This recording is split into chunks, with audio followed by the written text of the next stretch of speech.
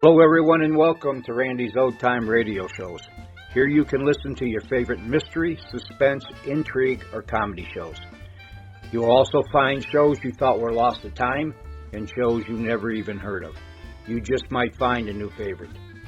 If you appreciate my efforts to bring you these shows, please consider leaving a comment, giving a thumbs up, and if you really enjoy these shows, please consider supporting the channel. Now sit back, close your eyes, and enjoy another old-time radio show. Marmalade, sir, at your elbow. Aha. Do you know what, Jeeves? I don't think I've ever come much closer to saying tra-la-la than this very morning. God is in his heaven, sir, and all is right with the world. Absolutely. You're back. Now tell me, you had a good time being borrowed, so to speak, as temporary butler? It was an extremely pleasant house party, thank you, sir. Thought so. Gentlemen's gentlemen, though you triumphantly are, I knew that down at Brinkley you would battle with the best of them. Tra-la-la. I missed you sorely, Jeeves.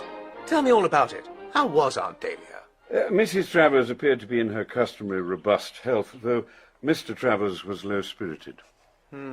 He always is when Aunt Dahlia fills the house with guests. Very true, sir, but on this occasion I think his despondency was due principally to the presence of Sir Watkin Bassett. Great Scott! You don't mean that old crumb was there?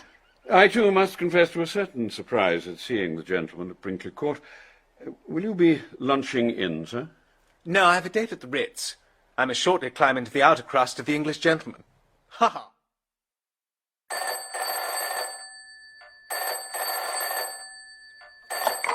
Bertram Worcester speaking, on this fine and glorious morning. Bertie? Hello, Aunt Dahlia. So up and about, are you? I thought you'd be snoring your head off. It is a little unusual, aged relative, for me to be in circulation at this hour, but I rose today with the lark, and I think the snail. Jeeves, Sir? didn't you tell me once that snails were early risers? Yes, sir. The poet Browning, in his Pippa Passes, having established that the hour is 7 a.m., goes on to say, the lark's on the wing, the snail's on the thorn. Thank you, Jeeves. Not at all, sir. I was right, Aunt Dahlia. When I slid from between the sheets, the lark was on the wing, the snail on the thorn. What the devil are you babbling about? Don't ask me. Ask the poet Browning. I'm merely celebrating Jeeves's return. He got back all right, did he? Looking bronzed and fit. He was in rare form here. Watkin Bassett was terrifically impressed. What on earth made you invite Pop Bassett to Brinkley? Well, Tom's been feeling rather low of late because of what he calls iniquitous taxation. I thought having to fraternise with Bassett would show him there are worse things in this world than income tax. Our doctor gave me the idea. He was telling me about a disease that you can cure by giving the patient arsenic. Ah, yes, I can see the principle's the same. That Bassett really is the limit. When I see you, I'll tell you the story of the black amber statuette. What? It's a thing he's just bought for his collection. He was showing it to Tom, gloating over it. Jeeves told me Uncle Tom was low-spirited. Well, so would you be if you were a collector, Eh? and another collector you particularly disliked had got hold of the thing you'd given your eye teeth to have in your own collection. I see what you mean. It gave Tom the worst attack of indigestion he's had since he was last lured into eating lobster. Huh? And talking of indigestion, I'm coming up to London for the day after tomorrow, and shall require you to give me lunch. Bye! Oh. That was Aunt Dahlia, Jeeves. Yes, sir, I fancied I recognised Mrs. Travers' voice. What's this black amber statuette thing she was talking about? It is a somewhat long story, sir. Then don't tell me now. If I don't rush, I shall be late for my date. I'm giving lunch to my young American friend, Miss Emerald Stoker. Freckled girl, touch of the Pekingese about the nose and eyes. My gloves, Jeeves. Thanks. And where's my new hat? Ah, there it is. Here you are, sir. Thank you. Yes, she's training at the Slade to be a starving painter. I promised her sister I'd keep an eye on her, see that she gets her calories from time to time. Pardon me, sir. Are you proposing to enter the Ritz Hotel in that hat? Now look here, Jeeves. I know it was purchased in your absence, but I'm all for this alpine lid. It's blue, sir. More suitable, perhaps, for the Riviera. You don't like this hat, do you? No, sir. Alpine it may be, but it's the pink feather, sir, that mostly offends. Well, I do like it, and you will note that tilted just the merest shade over the left eye, comme ça, makes all the difference. You pie D, Jeeves. You pie da, sir. The roast lamb sure is succulent. But more broad beans, please. Maybe some of those glazed carrots. There. Ample sufficiency? Snoochy boochy. Yum, yum. Oh, good. Care to come to the theatre tomorrow night, Emerald?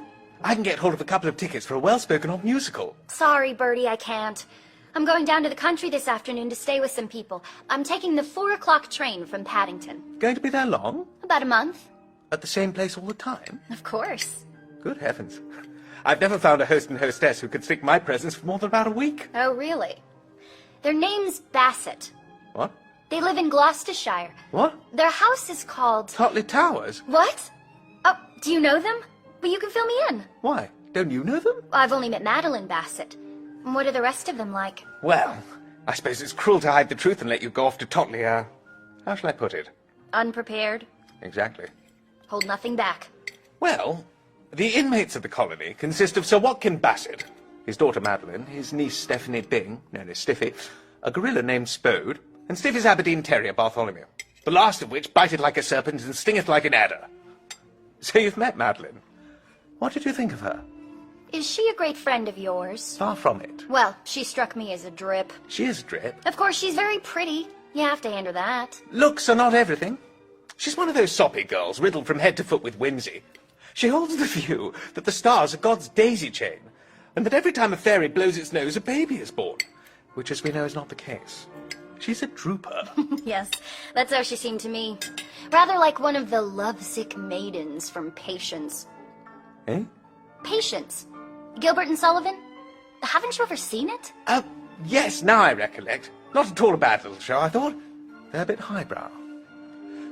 We now come to Sir Watkin Bassett, Madeline's father. I would rank Sir Watkin Bassett as a stinker. A stinker? Not to his face, perhaps. Stinker, by the way, it reminds me that there is one redeeming aspect of life at Tottley Towers, the presence in the neighbouring village of the Rev. H.P. Stinker Pinker, local curate. You'll like him. He used to play rugby football for England. He's engaged to Stiffy Byng, and his long years of football should prove an excellent preparation for setting up house with her. You mentioned a Spode. Ah, yes. Watch out for him. Now calls himself Lord Sidcup. Just come into the title. He's about 8 feet high and has the sort of eye that can open an oyster at 60 paces. You do seem to have some nice friends. I'm always prepared to clasp young Stiffy to my bosom, provided she doesn't start something. But then she always does start something. Oh, and there's Gussie. Who's he? Fellow I've known for years. He's engaged to Madeline Bassett. Gussie Fignottle. Does he wear horn-rimmed glasses? Yes? And keep newts? In great profusion. What? Do you know him? We met at a party. I didn't know he ever went to parties. Well, he went to this one, and we talked most of the evening. Oh, I thought he was a lamb. You mean a fish? I don't mean a fish. He looks like a fish. He does not look like a fish. Well, have it your own way. So, there you are, that's Tottley Towers. Wild horses wouldn't drag me there. Not that I suppose they'd ever try. But you'll probably have a nice enough time. Good luck. More glazed carrots? Mm-hmm. The Reverend Harold Pinker asking for you, Mr. Worcester, sir? What? Good heavens. Bung him in, Cyril, would you? Certainly, sir. This way, your reverence, if you please. I thought I'd find you at the drones, Bertie. You have. What brings you to the Metrop? I came up for a Harlequins committee meeting. And how were they all? Oh, fine. Well, how have you been keeping, Stinker? I've been all right. Are you free for dinner? Sorry, I've got to get back to Tottley. Too bad. How's Stiffy? Oh, fine. And the dog, Bartholomew? Oh, fine. And your parishioners going strong, I trust? Oh, yes, they're fine. Stinker, sounds like your bosom's full of the perilous stuff that weighs upon the heart, as I remember Jeeves putting it once. So what's new? Has Pop Bassett given you that vicarage yet? No, not yet. One day he says he will. The next day he says he's not so sure. He'll have to think it over. I can see it must be throwing a bit of a spanner. Absolutely, Bertie. I can't marry Stiffy on a curate's stipend, so we've got to wait. I suppose Stiffy's pretty steamed up about this, vacillation on Bassett's part, is she? She is, rather. I don't blame her. Pop Bassett has no right to keep gumming up the course of true love like this. If I was Stiffy, I'd put a toad in his bed, or strychnine in his soup. Yes. And talking of Stiffy, Bertie... Come on, Stinker, uncork. Are you trying to tell me something? Bertie. Hello? Bertie. Still here, old man, and hanging on your lips. Bertie, are you busy just now? Not more than usual. Then can you come to Tottley? To stay with you, do you mean? No, to stay at Tottley Towers. Stay where? Stinker, you're not yourself. There's something Stiffy wants you to do for her. She wouldn't tell me what it was, but she said it was most important and that you would have to be on the spot to do it. You're crazy, Stinker. To begin with, is it likely that Sir Watkin B would issue an invitation to me? He once fined me £5 for filching a policeman's helmet on boat race night. His idea of a happy day is one spent with at least 100 miles between him and Bertram. Madeline would invite you if you sent her a wire asking if you could come for a day or two. She never consults Sir Watkin about guests. True, but saving your presence, Stinker, Steve is a cross between a ticking bomb and a poltergeist. Going by the form book, this commission will be something totally unfit for human consumption. Didn't she even hint at its nature? No, she said she would rather keep it under her hat till she saw you. She won't see me. I have a presentiment that Tottley Towers is trying to come back into my life and that fate is quietly slipping lead into the boxing glove. So you won't come? Not within 50 miles of the sewage dump. Sorry, Stinker. Tottley Towers has made its spring and missed by a mile. What ho, Bertie? Gussie Fink Nottle. What on earth? Hello, Bertie. I've just been calling on you. I left a message with Jeeves. Your aunt told me to tell you she's coming to London the day after tomorrow and wants you to give her lunch. Yeah, she was on the phone to that effect this morning.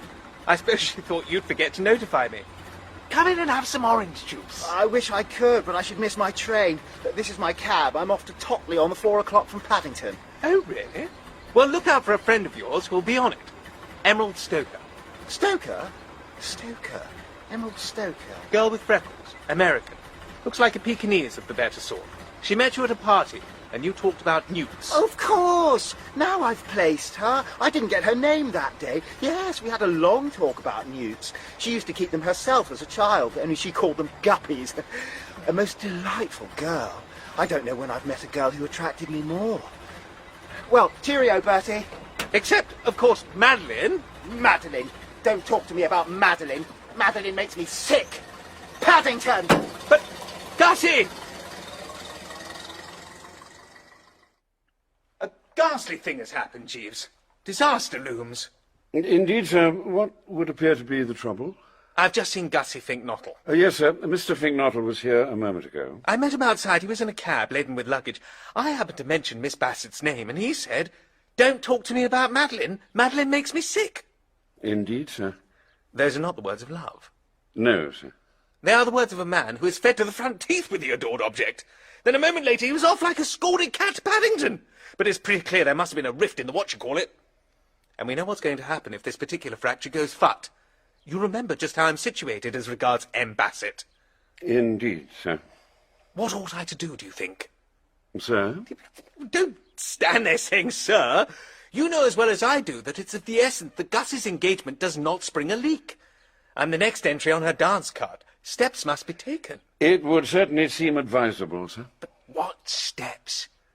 I ought, of course, to hasten to the seat of war and try to start the dove of peace going into its act. See what a calm, kindly man of the world can do to bring the young folks together, if you get what I mean. Your role, as I see it, would be that of what the French call the raisonneur. You're probably right. But there's another snag. Stinker Pinker told me just now that Stiffy Bing wants me to do something for her. Well, you know the sort of thing Stiffy generally wants people to do. You recall our last visit to Tottley? Very vividly, sir. The imagination boggles at what she may be cooking up for me this time. I'm on the horns of... What are those things you get on the horns of? Dilemmas, sir. That's right. I'm on the horns of a dilemma. If I might make a suggestion, sir, would it not be possible for you to go to Tottley Towers, but to decline to carry out Miss Bing's wishes? You mean to tell her to go and boil her head? Precisely, sir. Jeeves, as always, you found the way. I'll wire Miss Bassett asking if I can come to stay, and I'll wire Aunt Delia that I can't give her lunch as I'm leaving town. And I'll tell Stiffy that whatever she has in mind, she gets no service from me. Jeeves, you've hit it. I'll go. The only course to pursue, sir? Stiff upper lip, Jeeves, what? Indubitably, sir. That, if I may say so, is the spirit. Bertie? You foul young blot on the landscape? Speaking? I got your telegram. What do you mean you're leaving town? Where are you going? I'm going to Tottley Towers. Something wrong with this blasted wire. It sounds as if you were saying you were going to Tottley Towers. I am. To Tottley Towers? I leave this afternoon. What in the world made them invite you? They didn't. I invited myself. Got the green light from Madeline. You mean you're deliberately seeking the society of Sir Watkin Bassett? A sharp crisis has been precipitated in my affairs. All is not well between Gussie Fink-Nottle and Madeline Bassett. Their engagement is tottering toward the melting pot, and you know what that engagement means to me. I'm going down there to try to heal the rift. What can you do? My role, as I see it, will be that of what the French call the raisonneur. And what does that mean? Ah, there you have me. But that's what Jeeves says I'll be. Are you taking Jeeves with you? Of course. Well, watch out! That's all I say to you. Watch out! I happen to know that Bassett is trying to steal him from you. What? I told you how he'd fallen under Jeeves' spell when he was here. He used to follow him with his eyes as he buttled. And one morning I heard him make a definite proposition. There isn't anything to which that man won't stoop. Just shows how being a magistrate saps the moral fibre. When you get to Tottley, go and see someone called Blank and ask him what he thinks of Sir Watkin Ruddy Bassett. He chiselled this poor devil Blank out Sorry, of... Aunt Dahlia, must biff. Sports model is at the door, Jeeves at the wheel, and it's Tottley. Here we come. Ah, the flesh creeps.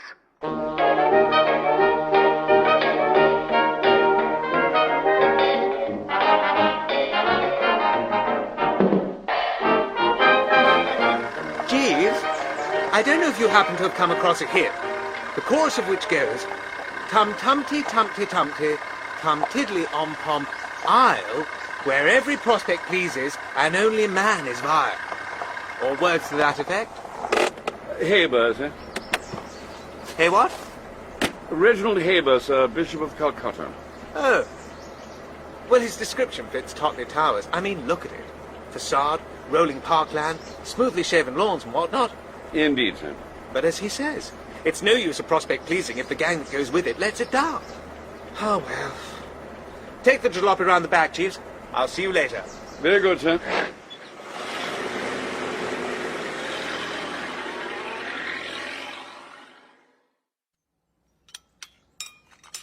Ah. Tea. What? Good to see you at the controls, Madeline. Bertie, how nice. Yes, Mr. Pinker and I are having tea. Won't you sit down? Thanks. What ho, Stinker? Bertie, what a surprise. Rejoice with me, for I have found the sheep which was lost. What? Muffin? Mr. Pinker's here to talk over the forthcoming school treat with Daddy. Tea, Bertie. Thanks. Is there a school treat coming up? Day after tomorrow. And owing to the illness of the vicar, Mr. Pinker will be in sole charge. Bit of a daunting prospect. Did you have a nice drive down? Oh, splendid. Stiffy will be so pleased you have come, Bertie. Aha. Well... Excuse me, Miss Bassett. Sir Watkin can see Mr. Pinker now. Ah, right. Oops. I'll ooze off then. Oh, Bertie, you should not have come here. I hadn't the heart to deny your pathetic request. I knew how much you yearned to see me again, however briefly, however hopelessly. But was it wise? You must not hope. I love Augustus. Well, that's music to my ears, Madeline. It is a far, far better what-not. I'll just duck out here after breakfast tomorrow. Oh, Bertie, no need to dissemble. Life is so tragic, so cruel. But what can I do? Not a thing. Just carry on regardless. But Bertie...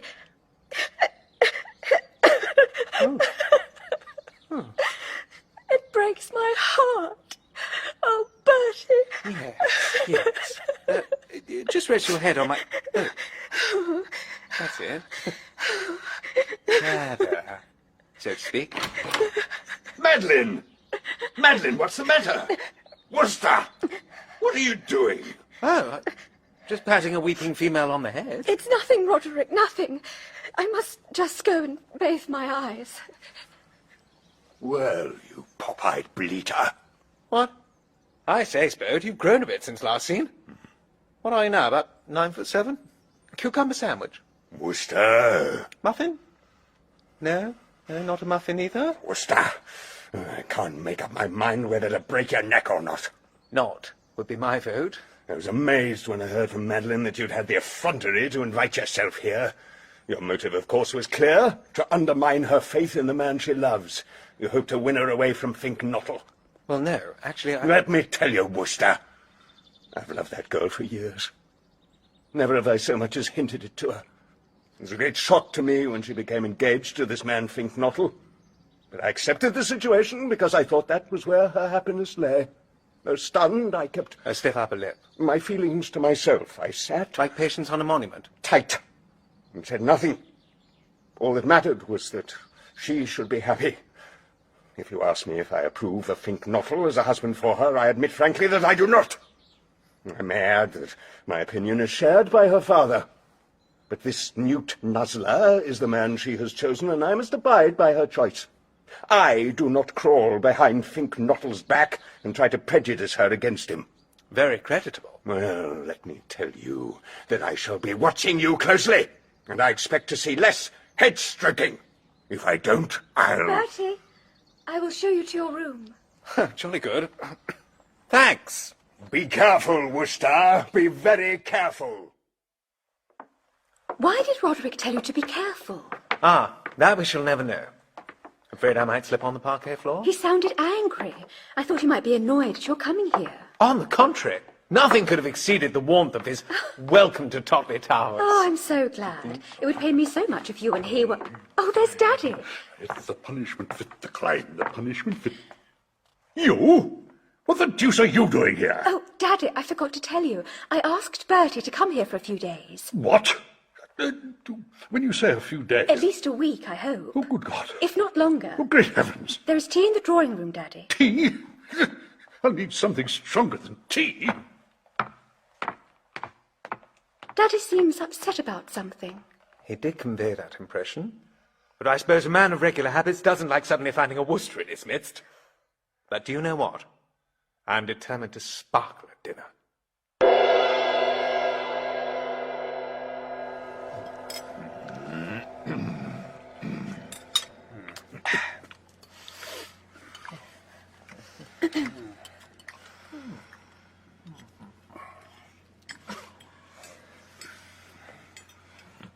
Well, yes, indeed. Don't know. I must say, Stiffy, Stinker, everyone, that many of my happiest hours have been passed in the society of the soup, the fish, the pheasant, or whatever it may be. That's toothsome. Eat up, Gussie. And then the soufflé, the fruits in their season, and a spot of port to follow. Oh, yes, they bring out the best in me. Those who know me... Hey, Gussie. Madeline? Spode, Lord Sidcup even, have sometimes said, Worcester may be a pretty total loss during the daytime hours, but plunge the world in darkness, switch on the soft lights, uncork the champagne, and shove a dinner into him, and you'd be surprised. I don't remember saying that. And of course, congenial company, a groaning table, and this, charming centerpiece. It's new, isn't it, Sir Watkin? What? That thing in the middle of the table looks like a plug ugly in a boxing match. It's something you got since I was last here, isn't it? It is the latest addition to my collection. Daddy bought it from a man named Plank, who lives not far from here, at Hockley-cum-Meston. Attractive little bijou carved of something I can't put a name to. Just the sort of thing my Uncle Tom would like to have. By Jove, Aunt Daly was speaking to me about it on the phone yesterday. She told me Uncle Tom would give his eye teeth to have it in his collection. I'm not surprised. It looks valuable. It's worth £1,000. Ah, Stiffy, back with us. As much as that? Golly. What is it, soapstone? Amber, black amber. Of course, yes. Aunt Dahlia spoke very highly of it, let me tell you. Oh, did she? Rather. Extremely. Absolutely. Well, if you'll, early night for me, I think.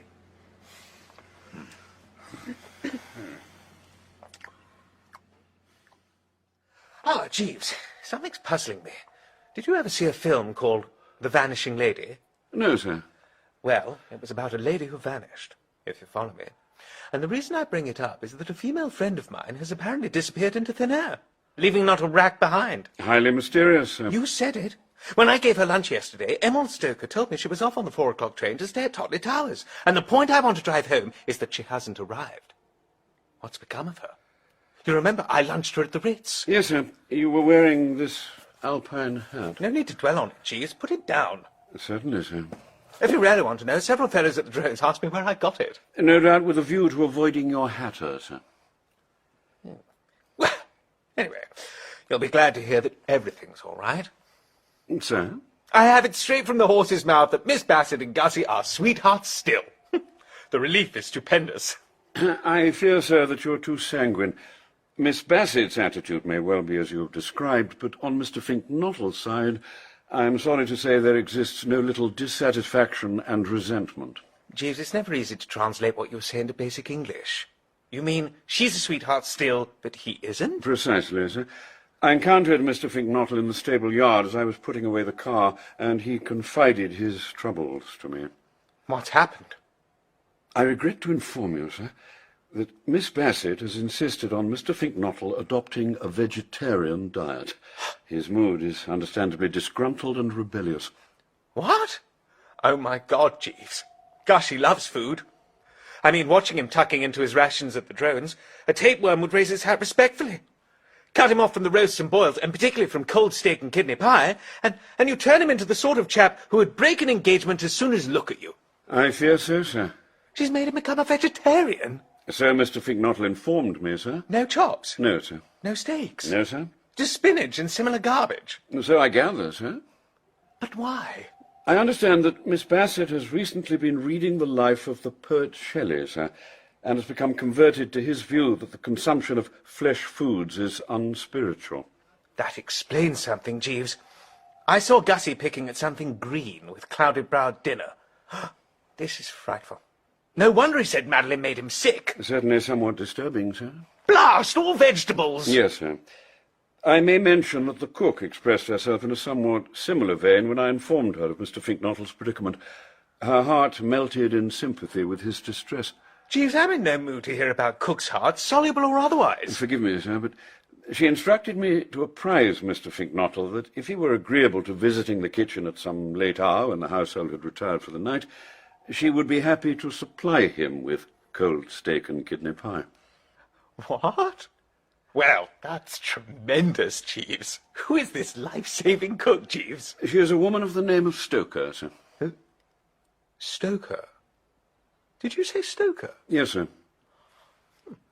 Rather a strange coincidence. Have you told Gussie? Yes, sir. I found him most cooperative. He plans to present himself in the kitchen shortly after midnight. Cold steak and kidney pie is, of course, merely a palliative. On the contrary, it's Gussie's favourite dish. He loves the stuff. Indeed, sir. That is very gratifying. What a lesson this teaches us, Jeeves. Yes, sir.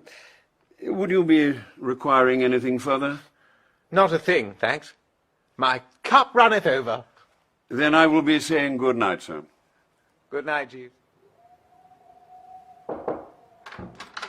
Bertie, oh, thank God you're not asleep. I just wanted to say... Brussels sprouts, broccoli, cabbage, the whole vegetable world. Yes, old top. Jeeves was telling me and my heart bled for you. I've been downing spinach for weeks. Words cannot describe the agonies I've suffered. I know, but courage, Gussie. Think of the cold steak and kidney pie. Jeeves told you about that. He said the cook had it all ready and waiting for you. I remember thinking she must be a pearl among women. Oh, she's an angel in human shape. I spotted her solid merits the moment I saw her. You've seen her? Of course I've seen her. You can't have forgotten that talk we had when I was about to start off for Paddington. Though why you got the idea that she looks like a Pekingese, I can't imagine. Eh? Who? Emerald Stoker.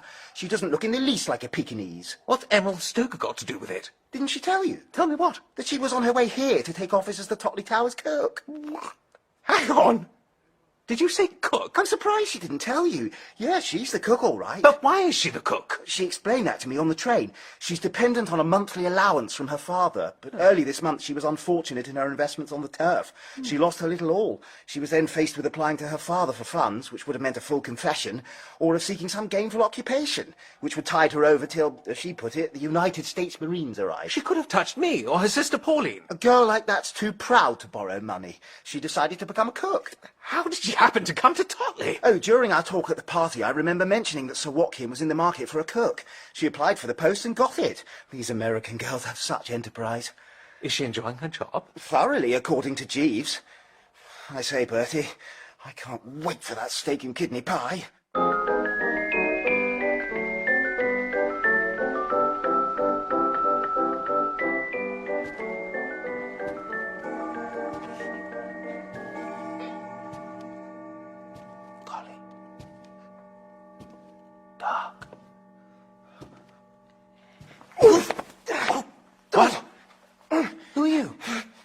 Midnight intruder, eh? Got you. Hey, look out for my glasses! Oh, you're not a thief in the night. Hello, Gussie, is that you? I thought you were a burglar. Well, I wasn't. No, I realise that now. Pardonable mistake there. Nearly gave me heart failure. I, too, was somewhat taken aback. Thought I had a clear track. Where to? Need you ask? It was as though I could hear a soft voice calling to me from the kitchen. Come and get it. To the steak and kidney pie? Yes, if you've left any. There's quite a bit left. Then I'll be getting along. Good night, Gussie. Right. Sorry you were troubled. Right. Onwards. Oh! Oh, Lord. What? Oh, my God. Bassett! Good God, you? What ho?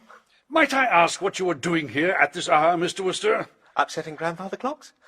I came down to get a book, and in the dark I bumped into the clock. Indeed. Might I inquire why you were conducting your literary researches in the dark? It would surely have been within the scope of even your limited abilities to press a light switch. I'm afraid I didn't think of it. I value this clock highly. My father bought it many years ago. Took it everywhere with him. Wouldn't he have found it simpler to have worn a wristwatch? My father was in the diplomatic service. He was never parted from the clock. Oh, golly. It's the dog, Bartholomew. Get away. Get away. No. I'll just... I suggest you join me on this chest, Bassett, out of harm's way. Oh, don't be ridiculous. Go away, sir. Lie down. Lie down, sir. Go away. Careful, Bassett. You can't talk to an Aberdeen Terrier in that tone of voice. Except for Doberman Pinschers, there's no breed of dog quicker to take offence. Really, the way my niece allows this infernal animal to roam at large about the... Make room, man, make room! Oh, this is intolerable. Get down, sir. Get down. Unquestionably open to criticism, the animal's behaviour. Creature must be off his head. He knows me perfectly well. He sees me every day. But I don't suppose he's ever seen you in that dressing gown. What's wrong with my dressing gown? A bit on the bright side, don't you think? No, I do not. Possibly the purple or the yellow frogs, perhaps. Nonsense. Well, that's how it would strike a highly strung dog. The devil are you giggling about? I was merely thinking that I wish we could strike the highly strung dog. Kindly spare me your opinions. I was merely saying... Well, don't. Good thing Scotties have short legs. There must be something we can do. As a magistrate, you might want to fine the animal £5. We cannot stay here all night. Why not? Bertie? Well, for heaven's sake, what on earth do you two think you're doing? And why have you been upsetting the furniture? Oh, hello, Stiffy. That was me. I bumped into the grandfather clock. It doesn't explain why you're sitting up there like a couple of buzzards on a tree top. We were savagely attacked by your dog. Well, not so much attacked as given nasty looks. He's been trying to get at us for the last 2 hours. At least it seems like 2 hours. Well, naturally, he thought you were international spies, prowling about the house at this time of night. Why don't you go to bed? I shall be delighted to go to bed if you will kindly remove this animal. He's a public menace. Very highly strung. We were remarking on it just now. He's all right if you don't go out of your way to stir him up. Get back to your basket, Bartholomew, you bounder. Help me down. Oh. Mr. Worcester, if you wish to break any more of my furniture, pray consider yourself at perfect liberty to indulge your peculiar tastes. I bid you good night. Good night. I don't believe Uncle Watkin likes you, Bertie. Look out. I'm coming down. What made you change your mind and come to Tottley? Well, I learned that there was trouble between Madeline and Gussie, and I felt that I might accomplish something as a raisonneur. As a what-on-er? It's a French expression, meaning, I believe, though I'd have to check with Jeeves, a calm, kindly man of the world who intervenes when a rift has occurred between two loving hearts and brings them together again. Very essential in the present crisis. You mean that if Madeline hands Gussie the pink slip, she'll marry you? That, broadly, is about the strength of it. And I'm all against the idea of having her smiling face peeping at me over the coffee pot for the rest of my life. Well, you couldn't have come at a better moment. Now you can get cracking on that job Harold told you I want you to do for me. Include me out. I know you and your jobs. But you can do it on your head, and you'll be bringing sunshine and happiness into the life of a poor slop who can do with a bit of both. The facts are as follows. I don't want to hear them. You would prefer that I recalled Bartholomew and told him to go on where he left off? Oh, very well. Tell me all, but briefly. Right. You remember that little black statuette thing on the table at dinner? Ah, yes, the eyesore. Uncle Watkin bought it from a man called Plank. So I gathered. Well, do you know what he paid him for it? £1,000, didn't you say? No, I said it was worth that. But he got it out of this poor blighter Plank for a £5. You're kidding. I'm not. He paid him £5. He makes no secret of it. When we were at Brinkley, he was showing the thing to your Aunt Dahlia's husband and telling him how he happened to see it on Plank's mantelpiece and spotted how valuable it was. Uncle Watkin told Plank it was worth practically nothing, but he'd give him £5 for it because he knew how hard up he was. He gloated over how clever he had been, and Mr. Travers writhed like an egg whisk. How do you know Plank was hard up? Well, would he have let the thing go for a £5 if he wasn't? Something in that. You can't say Uncle Watkin isn't a dirty dog. I don't. It bears out what I've frequently maintained. The magistrates don't have consciences. He's a chiseler of the lowest type. Nothing to be done about it, of course. I'm not so sure, and that's where you come in. Stiffy, it's no good me talking to him. I don't want you to. I want you to pinch the thing and return it to Plank, who will then sell it to Mr. Travers at a proper price. The idea of Uncle Watkin only giving him a £5 for it. He needs a sharp lesson. I'm sorry, attractive young bollweevil, but my answer to your suggestion is N-Ruddy-O. You're a blighter. But a blighter not to be shaken by argument or plea, however specious. Oh, dear. And I did hope I wouldn't have to tell Madeline about Gussie. What do you mean? I'll tell you, Bertie. I was roused from sleep about an hour ago. Stealthy footsteps, no less. I crept out of my room and saw the shape of Gussie sneaking down the stairs. I followed him down to the kitchen. I peered in, and there was the cook shoveling cold steak and kidney pie into him like a stevedore loading a grain ship. And then I thought, if Madeline heard of this, she would give him the bum's rush before he knew it had hit him. What? I bet Madeline would. Those wedding bells would not ring out. Gussie would be at liberty, and she would start looking about her for somebody else to fill the vacant spot. You. So it's blackmail, is it, Stiffy? It is. My heart bleeds for Plank, and I'm going to see that justice is done. Oh, my sainted aunt. All right, then. I'll have a crack at it. All you have to do is lift the thing off the dining room table and smuggle it over to Plank. Think how his face will light up. My hero, I expect he'll say.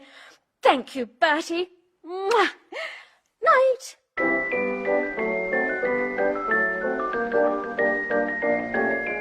So you see the position, Jeeves. Bung me the marmalade. So? When the loss of the thing is discovered, who will be the immediate suspect? Worcester Bertram. I see no way of beating the game. You cannot accede to Miss Bing's request, sir. But if I don't, she'll squeal to the FBI. No, sir, for the lady will be forced to admit that it is physically impossible for you to carry out her wishes. What do you mean? The statuette is no longer at large. It has been placed in Sir Watkin's collection room behind a stout steel door. Good Lord. How do you know? I chanced to pass the dining room, sir, and inadvertently overheard a conversation between Sir Watkin and his lordship. Call him Spode.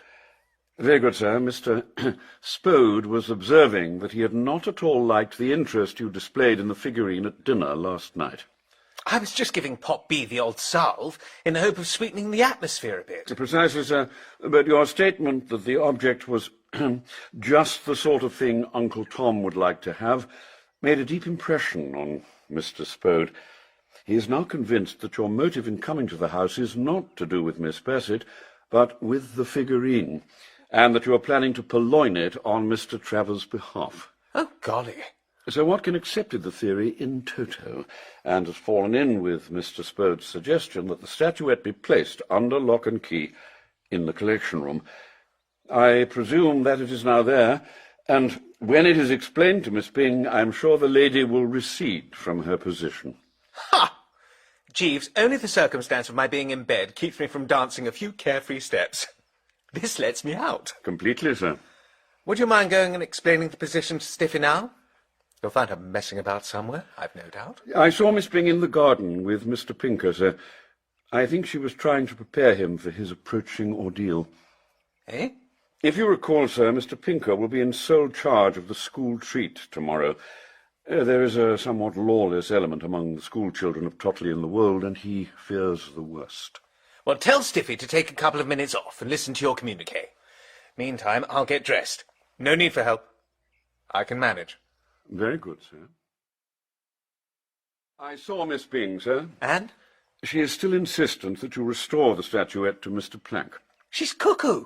I can't get into the collection room. No, sir, but Miss Byng can. She informs me that she possesses a duplicate key unknown to Sir Watkin. You mean? Precisely, sir. And indeed she has just done so. I have the object here. Oh, no. God, what an eyesore. Miss Byng suggests that you take it to Mr. Plank after luncheon. Oh, law. It is somewhat early, sir, but shall I get you a little brandy? Not a little, Jeeves. Fetch the cask.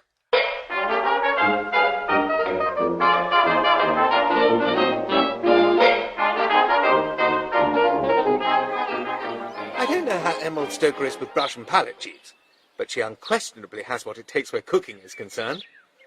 Where's the car? The stable yard, sir. I'll walk you there. Oh, right. Thanks.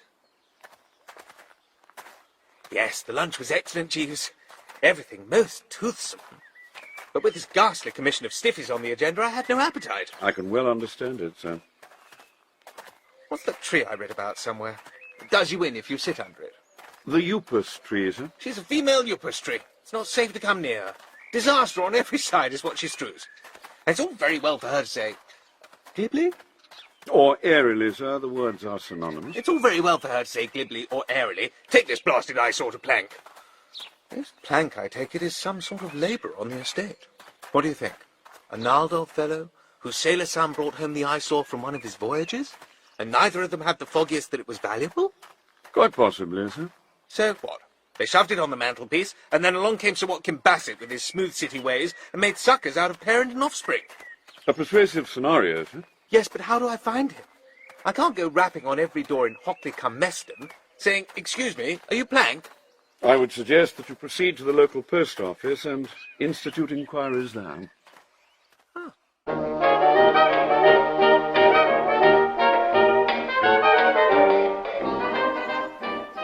Hello there. Oh, excuse me, sir. Might this be your mansion? The post office directed me. I'm looking for, I imagine, one of your... Well, here you are. Hope I haven't kept you waiting. We were having scrum practice, and I lost track of the time. Come in, my dear fellow. Go straight in through the French windows, always open. Oh, well, thanks.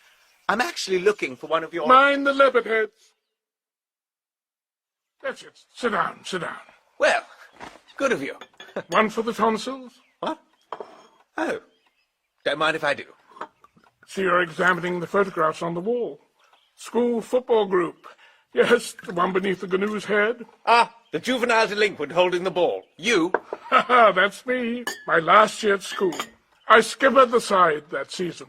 That's old scrubby Willoughby sitting next to me. Fast wing three-quarter, but never would learn to give the reverse pass. He wouldn't? Here's luck. Cheers. Oh, cheers. Poor old Scrubby died of cirrhosis of the liver in the Federal Malay States. Really? Well, I suppose fellows who won't learn to give the reverse pass generally come to a sticky end. Chap on my other side is Smiler Todd. Played for Cambridge later on. You fond of rugger? I don't think I know him. Rugby, football. Oh. Ah, no, I've never gone in for it. You haven't? No. Good God. I've always been mad keen on rugger. Didn't get much of it after leaving school, as they stationed me in West Africa. Retired now and settled down here. I'm trying to make Hockley-cum-Meston the best rugby football village in these parts. I will say for the lads that they're coming on nicely, but what we need is a good prop forward, and I can't find one. Sorry, you don't want to hear all this. You want to know about my Brazilian expedition. Oh, have you been to Brazil? Eh? Didn't you know I'd been to Brazil? Nobody tells me anything. Didn't they brief you? Seems silly to send a reporter all the way down here without telling him why. Were you expecting a reporter? Of course I was. I thought you must be the chap from the Daily Express who was coming to interview me about my Brazilian explorations. Oh, you're an explorer? What did you think I was? Does the name Plank mean nothing to you? Is your name Plank? Of course it is. Well, what a very odd coincidence. I'm looking for a character called Plank, a sturdy tiller of the soil, probably with his sailor son. As you have the same name, you'll probably be interested in this story. I have here a whatnot. Where did you get that? That's the native sculpture I picked up on the Congo and then sold to Sir Watkin Bassett. You sold it to him? Certainly. Well, shiver my timbers. Plank, I happen to be on a mission. If you'll just give me £5. What? Just £5? I see. I've got your number now. I've met your sort all over the world. You won't get any £5, my man. You sit where you are and don't move. I'm going to call the police. It will not be necessary, sir. Well, I'm blowed. Major Plank. Who on earth are you? Chief Inspector Witherspoon, sir, of Scotland Yard. Has this man been attempting to obtain money from you? Just been doing that very thing. As I suspected. We have had our eye on him for a long time, but till now have never been able to apprehend him in the act. Notorious crook, is he? Precisely, sir. He is a confidence man who makes a practice of calling at houses and extracting money from their owners with some plausible story. He does more than that. He pinches things from people and tries to sell them. Look at that statuette he's holding. It's a thing I sold to Sir Watkin Bassett, and he had the cool cheek to come here and try to sell it to me for £5. Indeed, sir. With your permission, I will impound the object. You'll need it as evidence. Exactly, sir. I shall now take him to Tottley Towers and confront him with Sir Watkin. Yes, do. That'll teach him. Nasty hangdog look the fellow's got. Had him under observation for a long time, have you? For a very long time, sir. He is known to us at the Yard as Alpine Joe, because he always wears an alpine hat. He's got it with him now. He never moves without it. You'd think he'd have the sense to adopt some rude disguise. You would indeed, sir. But the mental processes of a man like that are hard to follow. Then there's no need for me to phone the local police. None, sir. I will take him into custody. Wouldn't like me to hit him over the head first with the Zulu knobkerrie. Unnecessary, sir. It might be safer. No, sir. I'm sure he will come quietly. Chief Inspector who? Witherspoon, sir. Why Witherspoon? On the other hand, why not Witherspoon? But how on earth do you come to be here? I hastened after you directly I learned of the revelation Sir Watkin had made to Miss Byng, for I foresaw that your interview with Major Plank would be embarrassing, and I hoped to be able to intercept you. Here's the car. How do you mean the revelation? It occurred shortly after luncheon, sir. Miss Byng informs me that she decided to approach Sir Watkin and make a last appeal to his better feelings. Greatly to her astonishment, she'd hardly begun to speak when Sir Watkin, chuckling heartily, asked her if she could keep a secret. He then revealed that there was no foundation for the story he had told Mr. Travers, and that in actual fact he had paid Major Plank £1,000 for the object. £1,000? Yes, sir. Not a fiver? No, sir. You mean he lied to Uncle Tom? Yes, sir. What on earth did he do that for? I think Sir Watkin acted from a desire to exasperate Mr. Travers. Mr. Travers is a collector, and collectors are never pleased when they learn that a rival collector has acquired at an insignificant price an objet d'art of great value. You've hit it, Jeeves. Nothing would please Pop Bassett better than to spoil Uncle Tom's day. So my errand was what, Jeeves? Bootless, sir. Bootless? Doesn't sound right, but I suppose you know.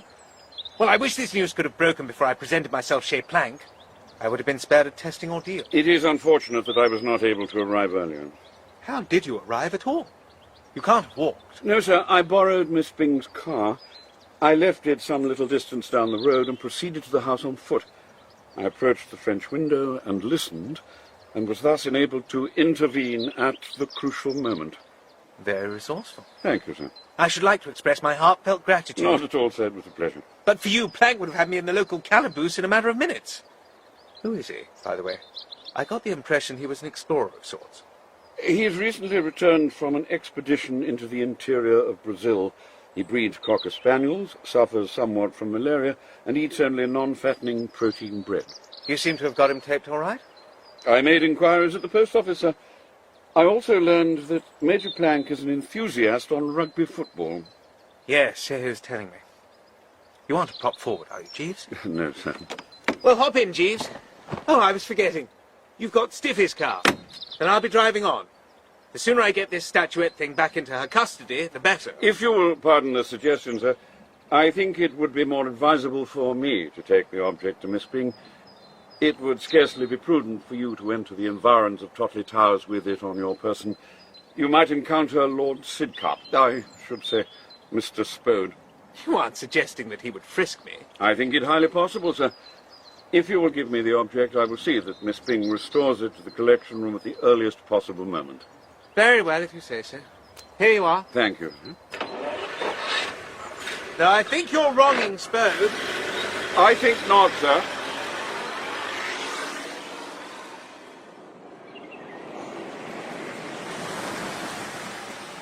Worcester! Speaking? Get out of that car. I'm going to search it. Oh, really? Why would you want to do that, Spode? Some sort of game? I've just searched your room. You have? Looking for something, were you? You know what I'm looking for. That amber statuette your uncle would be so glad to have. Oh, I understood it was in the collection room. Somebody has removed it. Most extraordinary. And when I say somebody, I mean a slimy sneak thief of the name of Worcester. If it's not in your car, you must have it on you. Turn out your pockets. Ha! Well, I don't mind humouring you. Though if you're about 3 feet shorter and not so wide across the shoulders, you might find me less obliging. There we are. Nothing untoward. Sorry to disappoint you. Mind out. It's in here somewhere. I say, what goes on? Whose ample trouser suit is that? Oh, hello, Stiffy. You know that black eyesore thing that was on the dinner table? Apparently it's disappeared, and Spody has got the extraordinary idea that I've pinched it, and I'm holding it. What's the word? Incommunicado. He does. Man must be an ass. Did you call me an ass? Certainly I did. I was taught by a long series of governesses always to speak the truth. The idea of accusing Bertie of taking that statuette. Does sound silly. Bizarre is perhaps the word. The thing's in Uncle Watkins' collection room. It is not in the collection room. Who says so? I say so. Well, I say it is. Go and look if you don't believe me. Oh, not you, Bartholomew, you blighted dog! Stop that! Come here! Come here! Put that smelly thing down. All right, it's the top for you. Well, if she is to be believed, I seem to have done you an injustice, Worcester. Oh, the Worcesters are always magnanimous. We do not crush the vanquished beneath the iron heel. But don't let me detain you, Spode. Biff off, if you will. All right, I will. Thank you, Worcester. Tinkety-tonk, Lord Sidcup, if I may. Well, ha! A great weight has rolled off. Ah, birds singing, insects buzzing, and I know what they're trying to say. All is well. Bertram has come through. Oh, Bertie, there you are. Oh, golly. Madeline. Bertie, I am furious with Augustus. Why, what's happened? He was very rude to Roderick. What? Nobody but an all-in wrestling champion would be rude to Spode. I mean, he was very rude about Roderick. He said he was sick and tired of seeing him clumping about the place, and if Daddy had an ounce more sense than a billiard ball, he would charge him rent. He was most offensive. Probably just kidding, don't you think? No, I don't.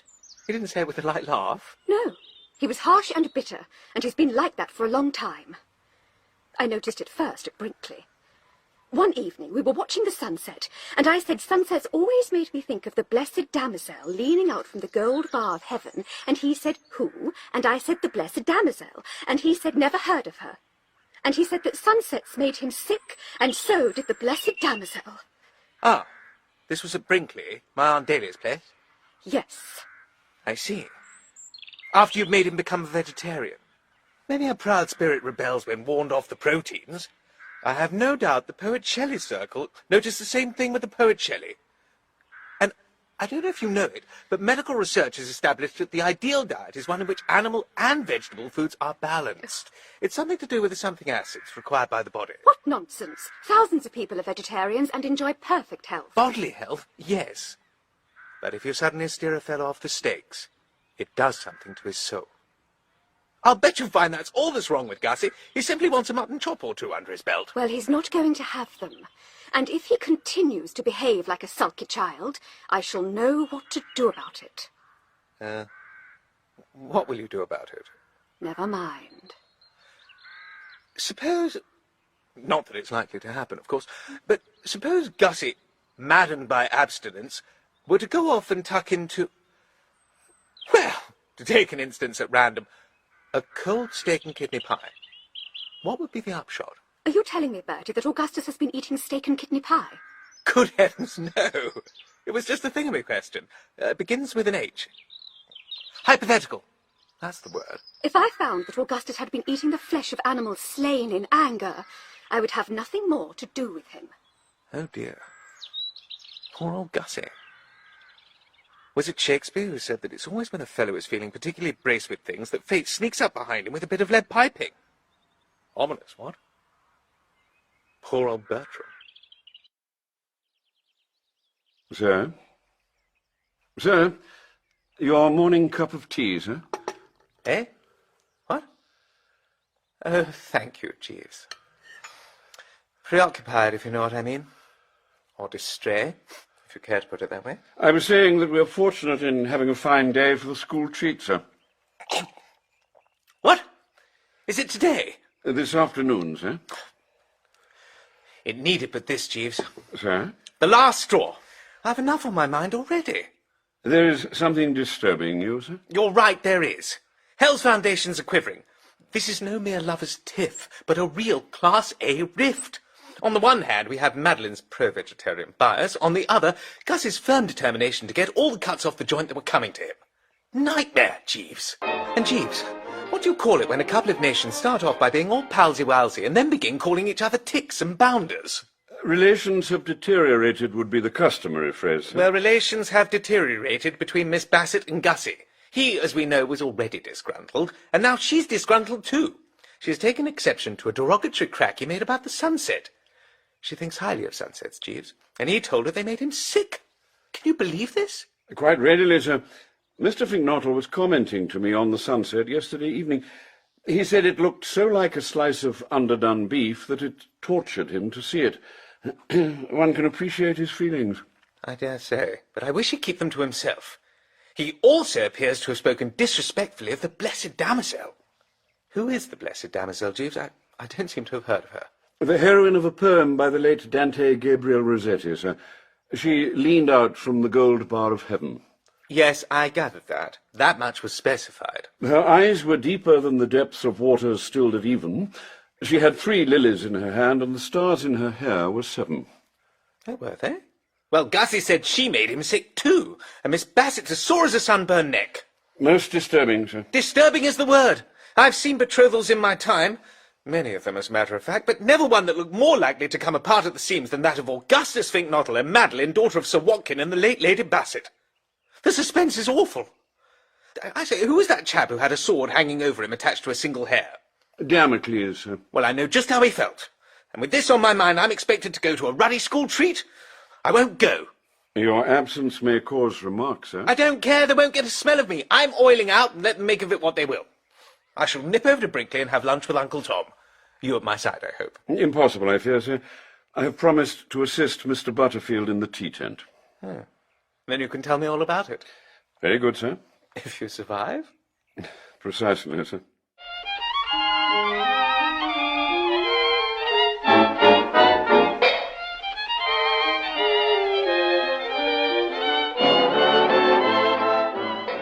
I noted your return from Brinkley, sir. I thought you might be in need of refreshment. Whiskey and soda, sir. Your intuition has not led you astray, Jeeves.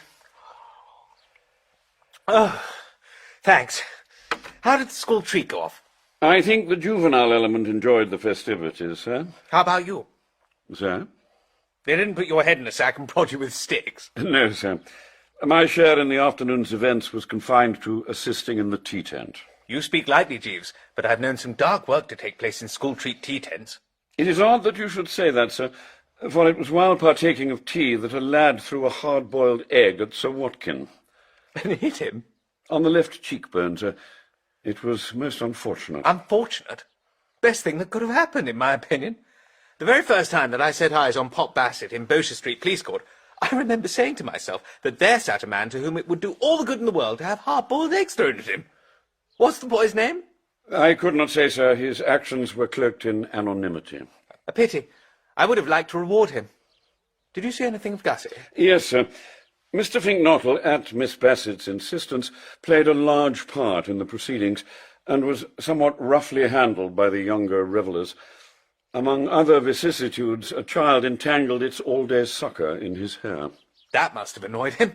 He's fussy about his hair. He was visibly incensed. He detached the sweetmeat and threw it from him with a good deal of force, and by ill luck it struck Miss Bing's dog on the nose.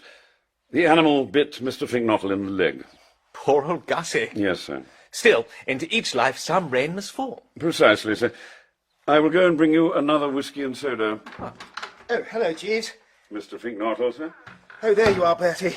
Jeeves told me you were back. I looked in to borrow some cigarettes. Go ahead. Oh, thanks. Steady on, Gussie. Yes, well, yeah, thanks. I'm taking Emerald Stoker for a walk. Your what? Or a row on the river, whichever she prefers. Gussie, Oh, before I forget, Pinker is looking for you. He says it's about something important. Never mind about Stinker.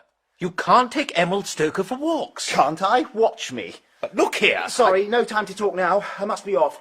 I don't want to keep her waiting. So long. Oh, bye, Jeeves. Goodbye, Mr. Finknottle, sir. Jeeves, hand me that whisky and S. I'm shaking on my stem. Sir? Gussie tells me Stinker Pinker wants to see me about something. No doubt with reference to the episode of Sir Watkin and the hard-boiled egg, sir. Don't tell me it was Stinker who threw it. No, sir, the miscreant is believed to have been a lad in his early teens. But the young fellow's impulsive action has caused Sir Watkin to entertain doubts as to the wisdom of entrusting a vicarage to a curate incapable of maintaining order at a school treat. Miss Bing, while confiding this information to me, appeared greatly distressed. There's a curse on this house, Jeeves. The sooner we're out of here, the better. I wonder... Worcester! Ah, Spode. Come on in and take a few chairs. We Worcesters keep open house. Have you seen Finknottle? I'm sorry, no. I've only just got back from my uncle's place. Urgent family business, so missed school treat. Great disappointment. You haven't seen Gussie, have you, Jeeves? Oh, where's he gone? Was it something important you wanted to see Gussie about? I want to break his neck. Well, really, Spode, it's not so long ago that you were entertaining the idea of breaking mine. I think you should watch yourself in this matter of neck-breaking and check the urge before it gets too strong a grip on you. Why do you want to break Gussie's neck? I can speak frankly to you, Worcester, because you too love her. Eh? Who? Whom? Madeline, of course. Oh, Madeline? As I told you, I have always loved her. To give her a moment's pleasure, I would cut myself in pieces. Well, I'm not sure I could follow you there, Spode, but... It was a great shock to me when she became engaged to this man Finknottle, but I accepted the situation because I thought that was where her happiness lay. I kept silent. I said nothing that would give her a suspicion of how I felt. Very pucker. But when Finknottle turns out to be a libertine... Gussie? What makes you think Gussie's a libertine? Less than 10 minutes ago, I saw him kissing the cook. What?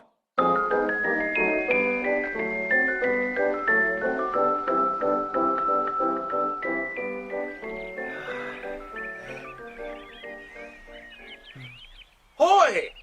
Gussie, you fathead! I've been looking everywhere for you. Ah, Bertie. We decided to go for a walk and not a row. She's now returned to her duties in the kitchen. What a beautiful evening, Bertie, is it not? It strikes you as that, does it? It doesn't me. In what respect do you find it not up to sample? I'll tell you in what respect. What's this latest I hear about you and Emerald Stoker? Did you kiss her? Yes, Bertie, I did. And I'll do it again if it's the last thing I do. What a girl, Bertie. So kind, so sympathetic. I hadn't time when I was in your room to tell you about what happened at the school treat. Jeeves said Bartholomew bit you. That's right. The bounder bit me to the bone. And do you know what Emerald Stoker did? Not only did she coo over me, but she bathed and bandaged my lacerated leg. It was shortly after she had done the swabbing and bandaging that I kissed her. Well, you shouldn't have kissed her. I thought it a pretty sound idea. But you're engaged to Madeline! Ah, Madeline. Shall I tell you what's wrong with Madeline Bassett? No heart. Lovely to look at, but nothing here. Do you know how she reacted to that serious flesh wound of mine? She espoused Bartholomew's cause. She accused me of having teased the little blister. How different from Emerald Stoker.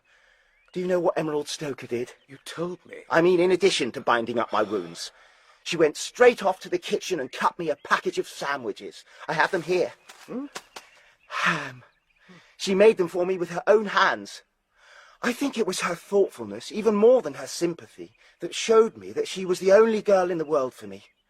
I saw that what I had once felt for Madeline had been just a boyish infatuation, What I feel for Emerald Stoker is the real thing, and I shall be glad if you will stop going about the place saying that she looks like a Pekingese. But Gussie! The trouble with you, Bertie, is that you're a mere butterfly flitting from flower to flower and sipping.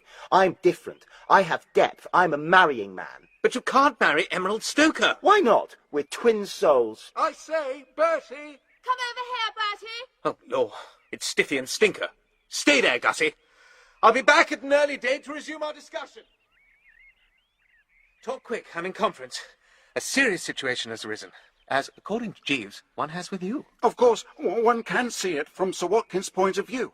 He thinks that if I drilled the distinction between right and wrong more vigorously into the minds of the infants' Bible class, the thing with the egg wouldn't have happened. In my opinion, no amount of Sunday afternoon instruction would be sufficient to teach a growing boy not to throw hard-boiled eggs at Sir Watkins Bassett. But there's nothing I can do about it, is there? You bet there is. We came to tell you on no account to go near him till he's had a chance to simmer down. Leave him alone. The sight of you does something to him. No more than the sight of him does to me. Certainly I'll avoid his society. It'll be a pleasure. Is that all? That's all. Then I'll be getting back to Gussie. Oh, Gussie! That reminds me. There's something I wanted to tell him. Gussie, over here!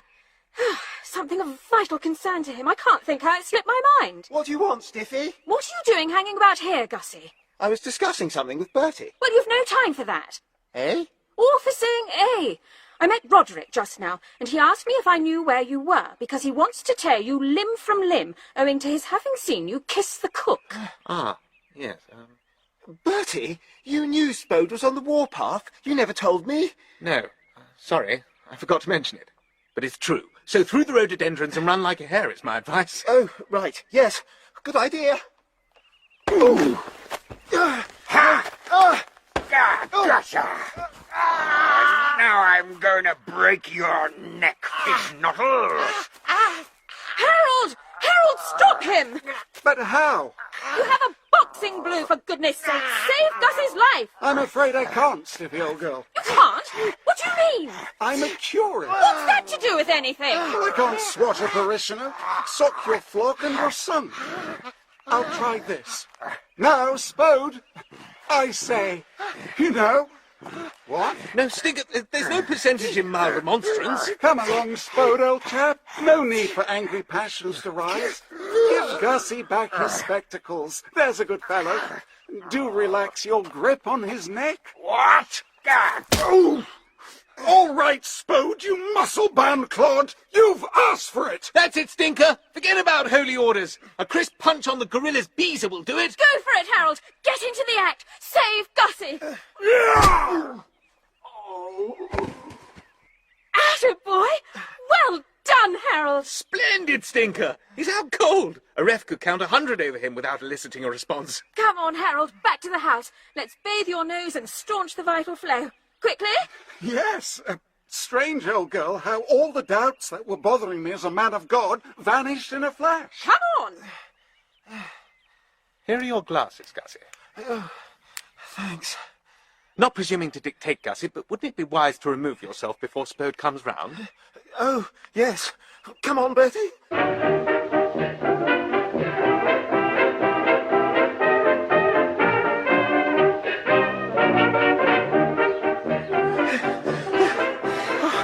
That was a ghastly experience, Bertie.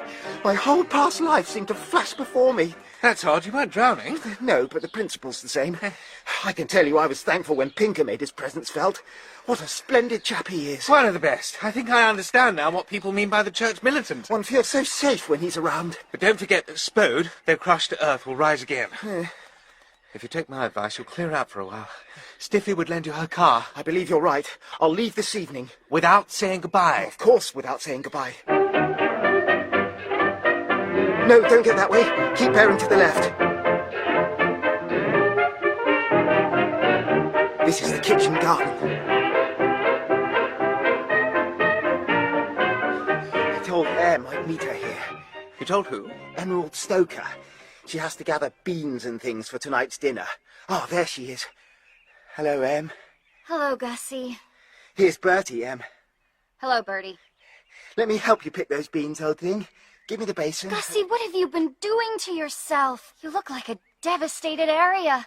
He's been having a spot of unpleasantness with Spode. Is that the human gorilla you were telling me about? That's the one. Spo tried to shake the stuffing out of him. Oh, you poor precious lambkin, Gussie. Gosh, I wish I had him here for a minute. I'd teach him. I'd bop him on the head with his face and... Think not of. Thought you could get away from me, did you? I told you I was gonna break your... Ha! There. Oh. Golly, what an odd coincidence. You were just saying. Wow! Pretty good, Emerald. Thanks, Gussie. It was nothing. Not Spode's lucky day. Out cold all over again. Augustus! What's going on? Hey, it's Madeline Bassett. I'm off. Where are you going? Perfectly reasonable, Gussie. No cook likes to have to explain to her employer why she's been bonneting her employer's guests with china basins. Gussie, what have you been doing to Roderick? Eh? I said, what have you been doing to Roderick? Oh, that. I merely chastised him with what used to be a china basin. I had to teach him a lesson. You brute! Not at all. He had the option of withdrawing. He saw me remove my glasses. When I remove my glasses, those who know what's good for them take to the hills. I hate you! I hate you! You do? Yes, I do. I loathe you. In that case, I shall now eat a ham sandwich. Ham! This is the end! And if I don't shortly get a snifter, I'll expire in my tracks. Aperitifs in the drawing room, courtesy of Sir Watkin. I'll take a chance.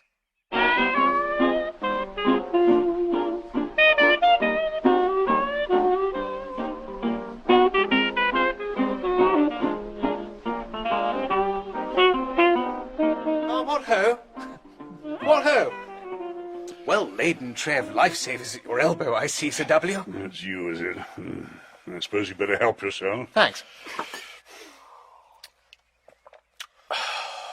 Hello, Uncle Watkin. Oh, surprised to see you here, Bertie. I told you. Good evening, my dear. Having a sport before dinner? I am. You think you are, but you aren't. There isn't going to be any dinner. The cook's eloped with Gussie Finknottle. Eloped? That's right. Oh, Lord. With the cook? That's why I said there wasn't going to be any dinner. We shall have to make do with hard-boiled eggs, if there are any left over from the treat. Hard-boiled eggs? But wait a moment. Dinner doesn't matter one way or the other. Are you sure of your facts, my dear? I met them as they were starting off. Gussie said he hoped I wouldn't mind him borrowing my car. You reassured him, I trust? Oh, yes, I said. That's all right, Gussie. Help yourself. Good girl. An excellent response. Then they have really gone? With the wind. And they plan to get married? As soon as Gussie can get a special licence.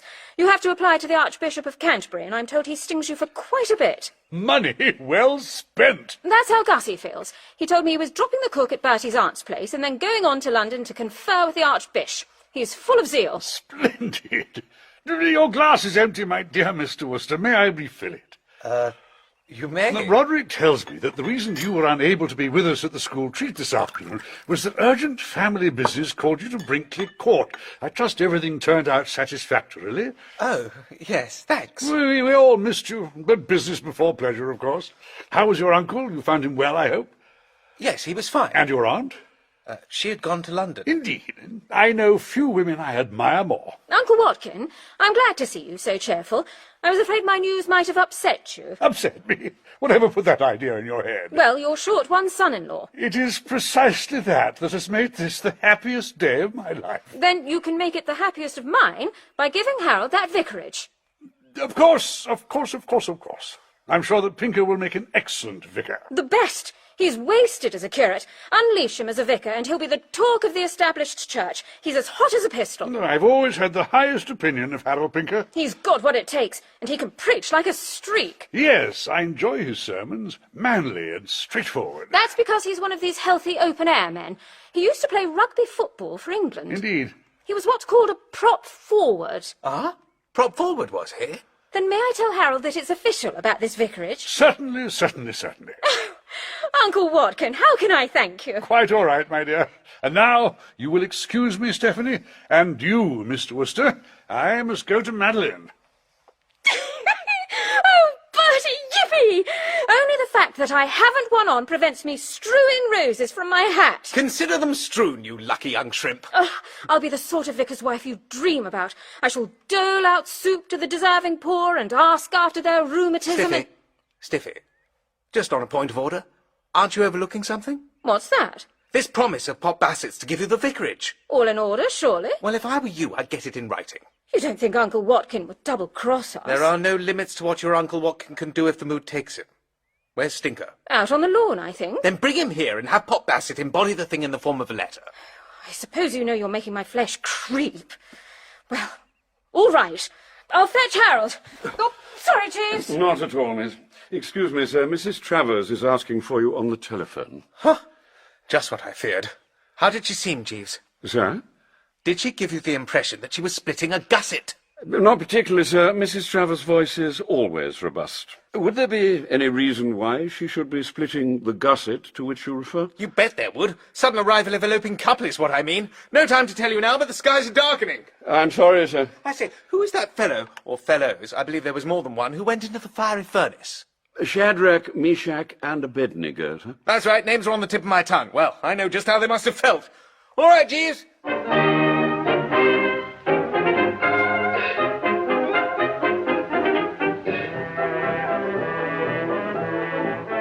Aunt Dahlia? Hello there, you young menace to Western civilization. Did I interrupt you in the middle of your 10th cocktail? My third. I usually stay steady at 2, but Pop Bassett insisted on replenishing my glass. He's very much master of the revels at the moment. I wouldn't put it past him to have an ox roasted in the marketplace. Stinko, is he? Certainly effervescent. Well, if you can suspend your drunken orgy for a minute or two, I'll tell you the news. I got back from London a quarter of an hour ago, and what do you think I found waiting on the mat? That newt-collecting freak's big bottle, accompanied by an American girl who looks like a Pekingese with freckles. I heard they were on their way. I'm sorry, Aunt Dahlia. I was in total ignorance of his intentions. Had he confided in me, I should have... Babbling, you ghastly young gas-bag. Babbling? I couldn't be more pleased. I admit that I'm always happier when I don't have Spink Bottle breathing down my neck and taking up space, but the girl was as welcome as manna in the wilderness. Manna? Her arrival brought sunshine into a stricken home. You didn't see our chef Anatole when you were over here, did you? No. Why? Well, shortly after you left, he developed a mal au foie, or whatever he called it, and took to his bed. I'm sorry. Oh, so was Tom. He was looking forward gloomily to a dinner cooked by the kitchen maid, who always adopts the scorched earth policy when preparing a meal. And you know what his digestion's like. Yeah. And then Spink Bottle suddenly revealed that this Pekingese of his was an experienced chef, and she's taken over. Who is she? Do you know anything about her? Well, actually, she's the daughter of a New York millionaire called Stoker, who I imagine will be full of strange oaths when he hears she's married. So he isn't going to marry Madeline Bassett? No, the fixture has been scratched. You can't have had much success as a raisonneur. No. But if Madeline Bassett is now at large, won't she expect you to fill in? That aged relative is the fear that haunts me. Has Jeeves nothing to suggest? Not yet, but I haven't entirely lost hope. All right, you can get back to your orgy when I've told you why I rang you up. Oh, haven't you? No, certainly not. You know that black amber thing of Bassett's? The statuette, of course. I want to buy it for Tom. I've come into a bit of money. The reason I went to London today was to see my lawyer about a legacy someone's left me. It works out at about a couple of £1,000, and I want you to get that statuette for me. It's going to be pretty hard to get away with it. Oh, you'll manage. Go as high as £1,500 if you have to. Tackle Bassett. Get him to sell it. Well, I'll do my best, Aunt Dahlia. I know how much Uncle Tom covets that statuette. Rely on me. Attaboy. Ah, I was looking for you, Worcester. Ah, were you Spode? I was. So? So? That's not an easy word to find the right answer to, Spode. So, I was right. Eh? In my suspicions. Eh? They have been confirmed. Eh? Stop saying "eh," you miserable worm, and listen to me. Absolutely, I don't mind going easy on the word at all. I happened to be passing through the hall just now. Oh. And I heard you talking on the telephone. Oh? You were speaking to your aunt. Oh. Don't keep saying "oh," blast you. Well, these restrictions make it a bit hard to hold up my end of the conversation. Your aunt was urging you to steal Sir Watkins' amber statuette. She wasn't. I thought you would try to deny the charge, so I took the precaution of jotting down your actual words. The statuette was mentioned, and you said it's going to be pretty hard to get away with it. She then presumably urged you to spare no effort, for you said, "Well, I'll do my best. I know how much Uncle Tom covets that statuette. Rely on me, Aunt Dahlia." What the devil are you gargling about? Not gargling. Laughing lightly. You've got the whole thing wrong, though the way you've managed to record the dialogue does you a good deal of credit. Do you use shorthand? How do you mean I've got it wrong? Aunt Daly was asking me to try to buy the thing from Sir Watkin. Ha! I say it's just a bit unjust you're saying ha if I'm not allowed to say A and O. Do you expect me to believe that story? Don't you believe it? I'm not an ass. Well, I won't press the point. I know that aunt of yours, and I strongly advise you, Worcester, not to let her make a cat's paw of you. Nothing would please Sir Watkin more than to give you a long stretch without the option. It'll be choky for you. I doubt it, as a matter of fact. Now listen, you puff-faced pope. Ah, Watkin. Now, Worcester, what the devil? Madeline tells me that... Oh, good gracious, Roderick, what's happened to your eye? Did you ever fall? Fall my foot? I was socked by a curate. A curate? You mean you were assaulted by Mr. Pinker? You astound me, Roderick. Not half as much as he astounded me. I didn't know curates had corkscrew left hooks like that. I must get him to teach it to me sometime. Oh, you speak as though you bore him no animosity. Of course I don't. Very pleasant little scrap. I've nothing against Pinker. The one I've got it in for is the cook. She beamed me with a china basin, from behind of all unsporting things. If you'll excuse me, I'll go and have a word with that cook. You can't. She is no longer with us. Don't be an ass. She's in the kitchen, isn't she? I'm sorry, no. She's eloped with Gussie Fink-Nottle. A wedding will take place as soon as the Archbishop of Canterbury hands him his special license. Is this true? Absolutely. Well, that makes up for everything. If Madeline's back in circulation... Thank you for telling me, Worcester, old chap. Don't mention it, Spode, old man. Or rather, Lord Sidcup, old man. Mr. Worcester, I have just seen Madeline. Oh, yes? How is she? Off her head, in my opinion. She says she's going to marry you. What? You're joking. I wish I were, Roderick. But she can't marry that. She seems resolved to. But he's worse than that fish-faced blighter. I agree with you, far worse. I'll go and talk to her now. Out of my way, Worcester. Here we are, Uncle Watkin. So I see. I've brought Harold. So I perceive. We've talked it over, and we think we ought to have the thing embodied in the form of a letter. I fear I do not understand you. Oh, come, Uncle Watkin, you know you're brighter than that. I'm talking about Harold's vicarage. I was not aware that Mr. Pinker had a vicarage. The one you're going to give him, I mean. No, I've just seen Roderick. I'll bet he had a shiner. I beg your pardon. Was his eye black? It was. I thought it would be. Harold's strength is as the strength of 10 because his heart is pure. Well, how about that letter? I have a fountain pen. Let's get the show on the road. You appear to be under a misapprehension, Stephanie. I have no intention of entrusting Mr. Pinker with a vicarage. But, Uncle Watkin, you promised. Provisionally only. I was not aware when I did so that Mr. Pinker had brutally assaulted Roderick. Yes, Mr. Pinker? Proceed, Mr. Pinker. It wasn't... If you could make yourself a little plainer, Mr. Pinker, it would be of great assistance to our investigations into the matter under discussion. I must confess to finding you far from lucid. There's no need to talk like a magistrate, Uncle Watkin. I beg your pardon. What Harold's trying to tell you is that he didn't brutally assault Roderick. Roderick brutally assaulted him. That was not the way I heard the story. Well, it's the way it happened. I'm perfectly willing to hear your version of the deplorable incident. All right, then. Here it comes. Harold was cooing to Roderick like a turtle dove, and Roderick suddenly hauled off and plugged him squarely on the beezer. If you don't believe me, take a look at it. The poor angel spouted blood like a Versailles fountain. Well, what else would you have expected Harold to do? Turn the other nose? I would have expected him to remember his position as a clerk in holy orders. Harold took the only possible course. He sailed in and laid Roderick out cold, as anyone would have done in his place. Anyone who had not his cloth to think of. Oh, for goodness sake, Uncle Watkin, a fellow can't be thinking of cloth all the time. It was an emergency. Roderick was murdering Gussie Fink-Nottle. And Mr. Pinker stopped him? Great heavens. It's not like you, Uncle Watkin, to go back on your promise. Well, I can't believe it's really you who's doing this cruel thing to me. You have always been so kind to me. You have made me love and respect you. I have come to look on you as a second father. Don't louse the whole thing up now. If you are implying that you expect me to change my mind and give Mr. Pinker this vicarage, I must disappoint you. I shall do no such thing. I consider that he has shown himself unfit to be a vicar, and I am surprised that after what has occurred, he can reconcile it with his conscience to continue his duties as a curate. So that's how you feel about it? It is. Your decision is final? Quite final. Nothing will move you? Nothing. Well, never underestimate the power of a woman! Oh, just wait! You'll be sorry! Oh, sorry! Excuse me, Sir Watkin. Yes, Butterfield, what is it? What is it? Constable Oates desires a word with you, sir. What's he want? I gather he has a clue to the identity of the boy who threw a hard-boiled egg at you, sir. Aha! Out of my way! Tally-ho! Tally-ho, sir! I say, Bertie, all this makes me uneasy. It's Pop Bassett who ought to be feeling uneasy. If I were in his place, I'd... Oh, no! I say, Stinker, look out there! Coming up the front steps! Plank! A what? Fellow called Plank. What's he doing here?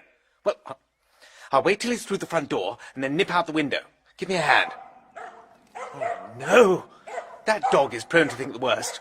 Not a good idea. Trapped. All right, second line of defence. Get behind the sofa. Not a word to a soul, Stinker. Chap I don't want to meet. If you would kindly wait there, Major Plank, sir, I will inform Sir Watkin. Yes, yes. Thanks. Good. Thank you, sir. Afternoon? Good afternoon. Warm day. Very warm. What's been going on here? What are all those tents and swings and things in the park? It's the annual school treat, just concluding. Damn glad to have missed it. Dash dangerous things, school treats. Apt to include competitions for bonny babies. Did you have a competition for bonny babies? Yes, we did, as a matter of fact. The mothers always insist on it. The mothers are the ones you want to watch out for. Look, see that scar on my calf? That's what I got in Peru for being fool enough to let myself be talked into judging a competition for bonny babies. One of the mothers spiked me on the leg with a native dagger as I was stepping down from the judge's stand. Hurt like sin, I can assure you. Still gives me a twinge when the weather's wet. Hand that rocks the cradle rules the world, they say. Certainly knows how to handle a Peruvian dagger. You live in these parts? Yes, I live in the village. Tottley? Yes. Ever played rugger? A little. You should take it up seriously. No finer sport. I'm trying to make the Hockley-cum-Meston team the talk of Gloucestershire. I coach the lads daily. They're coming along very nicely, but what I need is a good prop forward. Good afternoon, Major Plank. Very nice of you to look me up. Oh, yes. Right. Will you have something to drink? Ah. Tray's there. Help yourself. I would ask you to stay to dinner, but unfortunately one of my guests has eloped with the cook. Dash sensible of him, if he was going to elope with anyone. Very hard to find these days, cooks. It has, of course, completely disorganized our domestic arrangements. Neither my daughter nor my niece is capable of preparing even the simplest meal. If you were in West Africa, you could drop in and take potluck with a native chief. I am not in West Africa. I dined out a good deal in West Africa. Capital dinners some of those fellows used to give me. Though you could never be sure the main dish wasn't, you know... Quite. Was there something you particularly wished to see me about, Plank? No, nothing I can think of. Oh, well, then, if you'll excuse me, I'll be getting back to Madeline. Who's Madeline? My daughter. Your arrival interrupted me in a serious talk I was having with her. She's contemplating making a disastrous marriage. All marriages are disastrous. They lead to bonny babies. Would you care to see the scar on my leg? Some other time, perhaps. Why is this marriage so disastrous? Because Mr. Worcester is not a suitable husband for her. Who's Mr. Worcester? The man she wishes to marry. I used to know a fellow called Worcester, but I don't suppose it can be the same chap, because my Worcester was eaten by a crocodile on the Zambezi. All right, Bassett, don't let me keep you. He's a typical young wastrel of the type so common nowadays. I didn't tell that old ass because I didn't want him sticking around talking his head off. But as a matter of fact, I did come about something special. Do you happen to know where I can find a chap called Pinker? My name's Pinker. You sure? I thought Bassett said it was Worcester. No, Worcester's the one who's going to marry Sir Watkin's daughter. So he is. It's all coming back to me now. I wonder if you can be the fellow I want.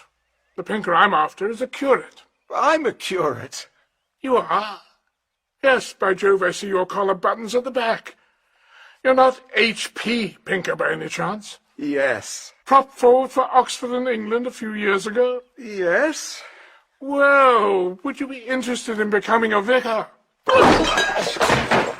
The one thing I want in all the world is to get my hooks on a vicarage. Glad to hear it. My chap at Hockley-cum-Meston is downing tools, and I've been scouring the countryside for a spare.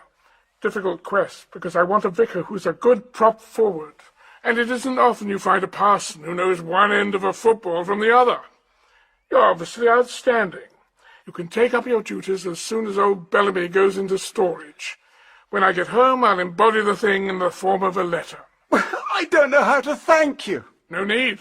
Amazing bit of luck finding you, and I could never have done it if it hadn't been for a friend of mine, a Chief Inspector Witherspoon of Scotland Yard. He phoned me just now and told me you were to be found here. He said if I called at Tottley Towers, they would give me your address. Ha! Extraordinary how these Scotland Yard fellows nose things out. Years of practice, I suppose. What was that noise? I didn't hear anything. Sort of gasping noise. Seemed to come from behind that sofa. Take a look. Oh, there's nothing behind the sofa. Thought it might be a dog being sick. Do you know anything of this chap, Worcester? He's one of my best friends. Bassett doesn't seem too fond of him. No. Oh, well, we all have our likes and dislikes. Which of the two girls is this Madeline he was speaking of? I've never met them, but I've seen them around. Is she the little squirt with the large blue eyes? No, that's Sir Watkins' niece, Stephanie Byng. Byng? Now, why does that name seem to ring a bell? Oh, yes, of course. Old Johnny Byng, who was with me on one of my expeditions. He was bitten by a puma, poor chap, and they tell me he still hesitates in a rather noticeable manner before sitting down. Stephanie Byng, eh? You know her, of course? Very well. Nice girl? Well, that's how she seems to me. If you don't mind, I'll be going and telling her the good news. What good news? About the vicarage. Oh, yes. You think she'll be interested? I'm sure she will. We're going to be married. Good God. No chance of getting out of it. I don't want to get out of it. Oh, well, no accounting for tastes. All right, you run along. After you. I suppose I better go and have a word with Bassett before I leave. Fellow bores me stiff, but one has to be civil.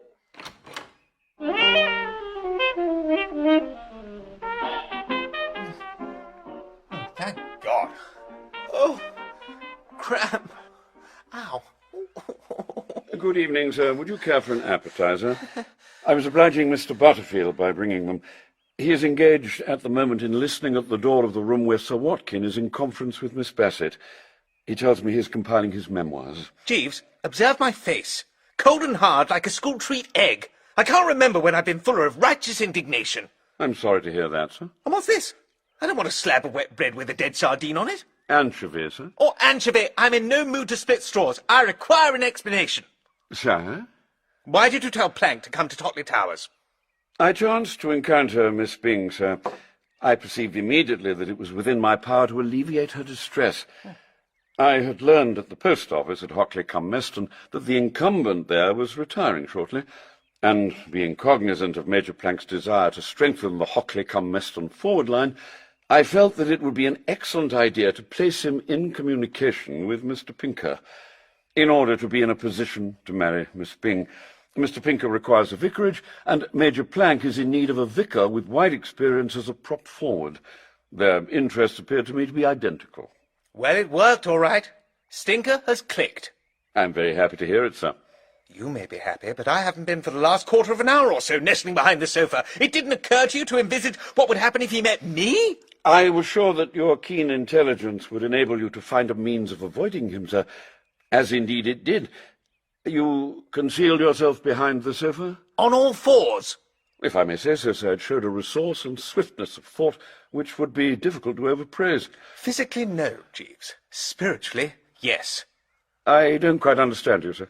Well, here is the news, and this is Bertram Worcester reading it. I'm going to be married. Indeed, sir? Yes, Jeeves, married. The banns are as good as up. Would it be taking a liberty if I were to ask... Who to? You don't need to ask. Gussie Fitgnottle has eloped with Emerald Stoker, thus creating a... What is it?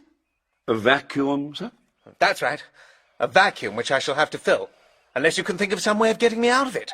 I will devote considerable thought to the matter, sir. Thank you, Jeeves. Oh, hello, you two. I'm looking for Harold. He's looking for you. He has a strange story to relate. You know about Plank? What about him? I'll tell you what about him. Plank has vicarages in his gift, and to cut a long story down to a short, he has just given one to Stinker. Well, Lord love a tuck. Is this true? Absolutely official. Stiffy, I was present when the deal went through. Behind the sofa, but present. But I don't understand. Plank has never met Harold. Jeeves brought them together. Did you, Jeeves? Yes, miss. Atta boy! Thank you, miss. And he's really given Harold a vicarage. The vicarage of Hockley-cum-Meston. He's embodying it in the form of a letter tonight. At the moment there's a vicar still vicking, but he wants to turn it up as soon as they can put on an understudy. Yippee! Where's Plank? I must kiss somebody. Shall I kiss you, Jeeves? No, thank you, miss. You, Bertie? I'd rather you didn't. Then I've a good mind to go and kiss Uncle Watkin, louse of the first water though he has recently shown himself. How do you mean recently? Oh, by the way, I shan't have any use for this now. My God. The black amber I saw. Where did you get that? I pinched it. What on earth did you do that for? The idea was to go to Uncle Watkin and tell him he wouldn't get it back unless he did the square thing by Harold. Power politics, don't they call it, Jeeves? Or blackmail, miss. Yes. Or blackmail, I suppose. But now that Plank has eased the situation, of course I shan't need it. And I suppose the shrewd thing is to return it to store before its absence is noted. Go and put it in the collection room, Bertie. Here's the key. I'm not going near the ruddy collection room. With my luck, I'd find your Uncle Watkin there, arm in arm with Spode. Besides, I can't go roaming about the place with Plank on the premises. If you will give the object to me, miss, I will see that it is restored to its place. Thank you, Jeeves. Well, goodbye all. I'm off to find Harold. Women, Jeeves. Yes. Yes. You'd better take that ghastly object back to where it belongs without delay. Yes, sir. If it were done when 'tis done, then 'twere well it were done quickly. How neatly you put things, Jeeves. Good evening, Miss Bassett. Oh, good evening, Jeeves. Oh, no! I'm just heading for the piano. Behind the sofa once more. I thought to sing a few old folk songs. Yes. Pale hands I love beside the Shalimar. Where are you now? Who lies beneath your spell? Madeline, I've been looking for you everywhere. Oh, Roderick, how is your eye? Never mind my eye. I didn't come here to talk about eyes. Sir Watkin has told me the awful news about you and Worcester. Is it true you're going to marry him? Yes, Roderick, it is true. But you can't love a half-witted ass like Worcester. No, Roderick, I do not love him. He does not appeal to the essential me. But I feel it is my duty to make him happy. Why on earth do you want to go about making worms like Worcester happy? He loves me, Roderick. You must have seen that dumb, worshipping look in his eyes as he gazes at me. Better things to do than peer into Worcester's eyes, though I can well imagine they look dumb. We've got to have this thing out, Madeline. I don't understand you, Roderick. You will. Ouch, my wrist! You're hurting me. I'm sorry, but I refuse to allow you to ruin your life. I'm the one you're going to marry. I've loved you since you were so high. I know, Roderick, I know. You guessed my secret. Give this blighter Worcester the push and marry me. I have always been devoted to you, Roderick. Well, then? Give me time to think. I don't want to break Bertie's heart. Why not? Do him good. He loves me so dearly. Nonsense. He's never loved anything in his life, except a dry martini. How can you say that? Did he not come here because he found it impossible to stay away from me? Don't let him fool you on that point. He's here to pinch that black amber statuette of your father's. What? That's what. In addition to being half-baked, he's a low thief. It can't be true. Of course it's true. His uncle wants the thing for his collection. I heard him plotting with his aunt on the telephone not half an hour ago. He's always stealing things. You shock me, Roderick. If this is really so, if Bertie is really a thief... Well? No, I can't believe it. I'll go and fetch Sir Watkin. Stay there. Perhaps you'll believe him. Whom do you lead on rapture's roadway far? Before you agonize them in farewell. I wonder if I might have a moment of your time, miss? Of course, Jeeves. It is with reference to Mr. Worcester. Oh, yes. I must begin by saying that I chanced to be passing the door just now, and inadvertently overheard Lord Sidcup's observations on the subject of Mr. Worcester. His lordship has a carrying voice. I find myself torn between loyalty to my employer and a natural desire to do my duty as a citizen. I don't understand you, Jeeves. May I speak frankly? Please do. Thank you, miss. His lordship's words seem to confirm a rumour that you are contemplating a matrimonial union with Mr. Worcester. Would it be indiscreet of me if I were to inquire if this is so? Yes, Jeeves, it is quite true. If you will pardon me for saying so, I think you are making a mistake. Jeeves? I'm loath to criticize my employer, miss, but I feel that you should know that he is a kleptomaniac. What? Yes, miss. I had hoped to be able to preserve his little secret, but he has now gone to lengths which I cannot countenance. In going through his effects this afternoon, I discovered this small black figure concealed beneath his underwear. Oh, but that belongs to my father. If I may say so, nothing belongs to anyone if Mr. Worcester takes a fancy to it. Then Lord Sidcup was right. Precisely, miss. I do not think he can help it. It is a form of mental illness, but whether a jury would take that view, I cannot say. Oh, you mean he might be sent to prison? It is a contingency that seems to me far from remote. Oh, dear. Oh, dear. Yes, miss. Have you known of this long? Ever since I entered Mr. Worcester's employment. Well, thank you, Jeeves. Not at all, miss. Here we are, Madeline. I brought Sir Watkin to support my statement that Worcester is a low sneak thief who goes about snapping up everything that isn't nailed down. You agree, Sir Watkin? Of course I do, Roderick. It seems his accomplice is that aunt of his. Do you know him, Plank? In it together, are they? They are. Well, in that case, I think I'll have a whiskey and soda. He came up before me in my court once, I remember, charged with having stolen a policeman's helmet, and it is a lasting regret to me that I merely fined him £5. Never does to let these fellows off lightly. Severity is the only thing. But, Daddy... Well? I don't think Bertie can help himself. My dear child, it is precisely his habit of helping himself that we are criticising. I mean, he's a kleptomaniac. Eh? Who told you that? Jeeves told me when he gave me this. He found it in Bertie's room. He was very worried about it. Good heavens! Good Lord! Why, that's that little thingamy I sold you, Bassett, isn't it? Well, this is astounding. He found it in Worcester's room, you say? Concealed beneath his underwear. Oh, how right you were, Roderick. You said his motive in coming here was to steal this. But how did he get into the collection room? These fellows have their methods. Seems to be a great demand for that thing. There was a young slab with a criminal face round at my place only yesterday, trying to sell it to me. Worcester? No, it wasn't Worcester. My fellow's name was Alpine Joe. Well, Worcester would naturally adopt a pseudonym. Oh, I never thought of that. After this... Yes, after this, you're certainly not going to marry the man, Madeline. He's worse than Fink Nottle. Who's Fink Nottle? The one who eloped with Stoker. Who's Stoker? The cook.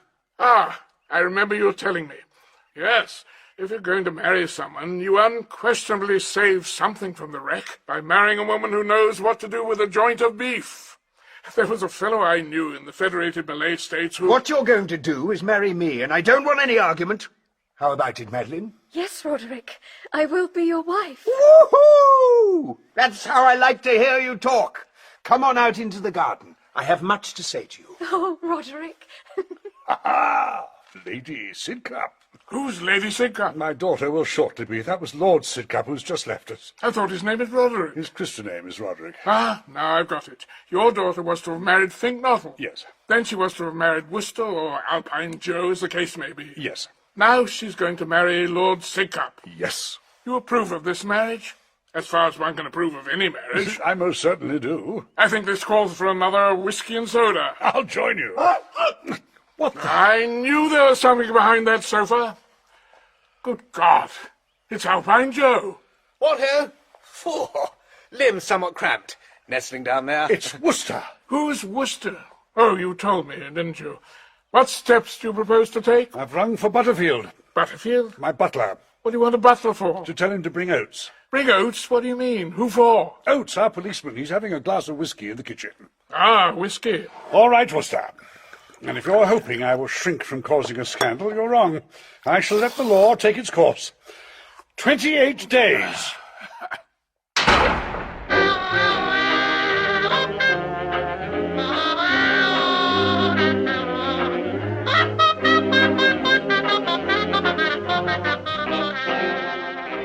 Well, at least I've got it all to myself. Not too bad. Cosy little apartment.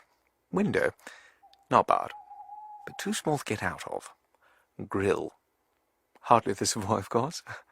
Plank bed. Oh well. Night, Bertram.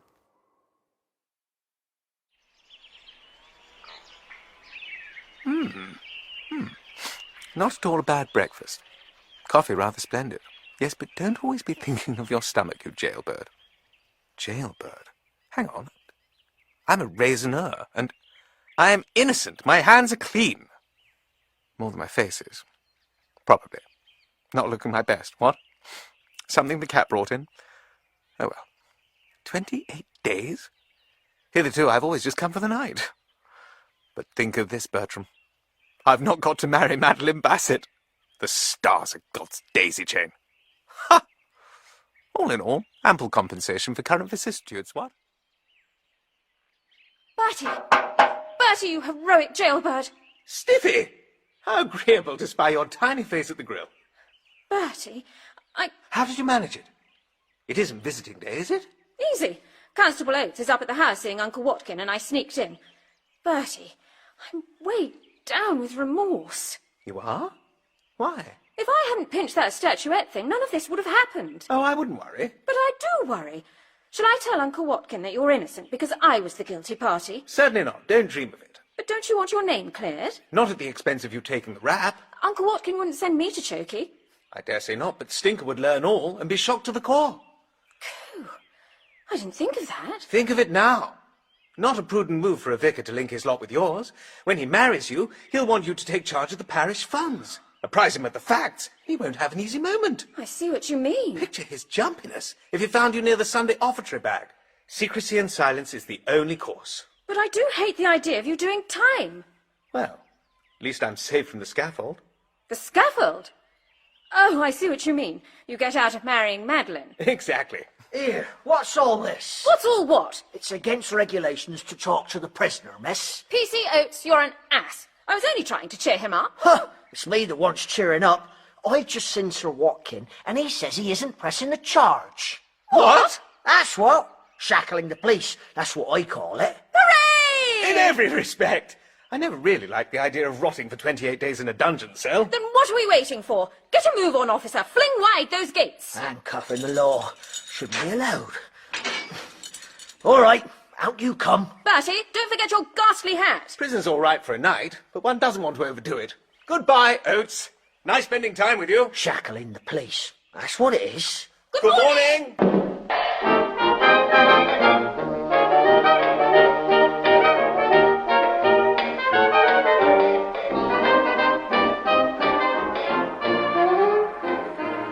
Bye, Bertie. I'm off to find Harold. What tureen of soup are you planning to land him in this time? Oh, hello, Jeeves. Good morning, sir. I trust you slept well. Fitfully, Jeeves. Those truckle beds are not easy on the fleshy parts. So I would imagine, sir. And your disturbed night has left you ruffled, I'm sorry to see. You know, Jeeves, one lives and learns. Sir? I mean, this episode has taught me a lesson. Look closely, and we find humanity in the unlikeliest places. A broad-minded view, sir. Take this W. Bassett. What do I find? He has this softer side to him, declining to press the charge. Under that forbidding exterior, there lies a heart of gold. Why are you looking like a stuffed frog, Jeeves? Don't you agree with me? Not altogether, sir. There were inducements.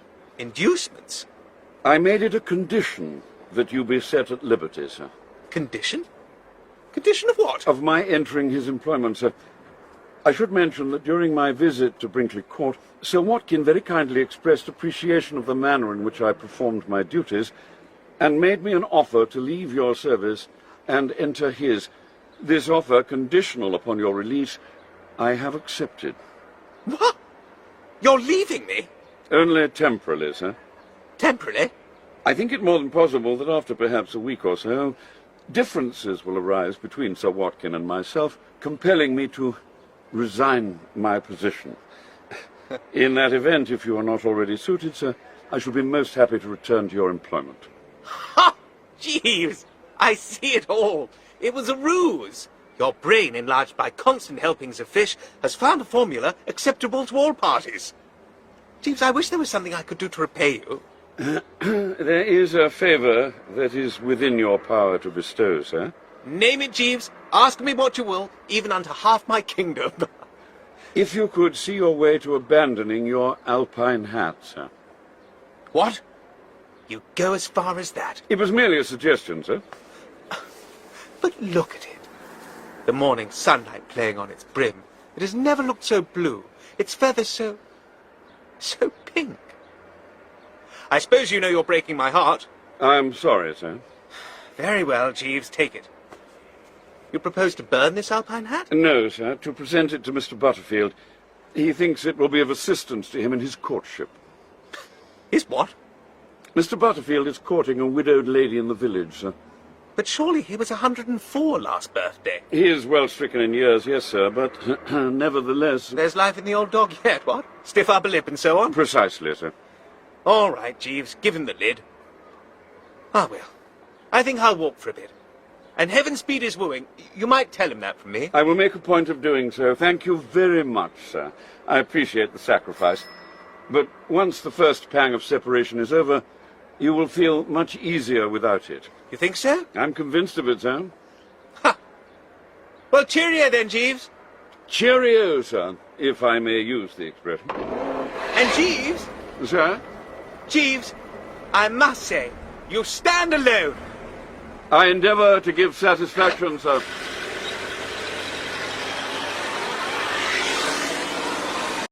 Hello, everyone. Randy here. I hope you enjoyed that episode. These old-time radio shows take a lot of time and effort to clean up and convert, so you can enjoy them again. If you appreciate the work I do and want to help keep these classics alive, please consider donating to support this channel. You can find the links in the description below, and for those of you who have already donated, I really do appreciate your kindness. Thanks so much for listening, and I'll see you on the next episode here on Randy's Old Time Radio Shows.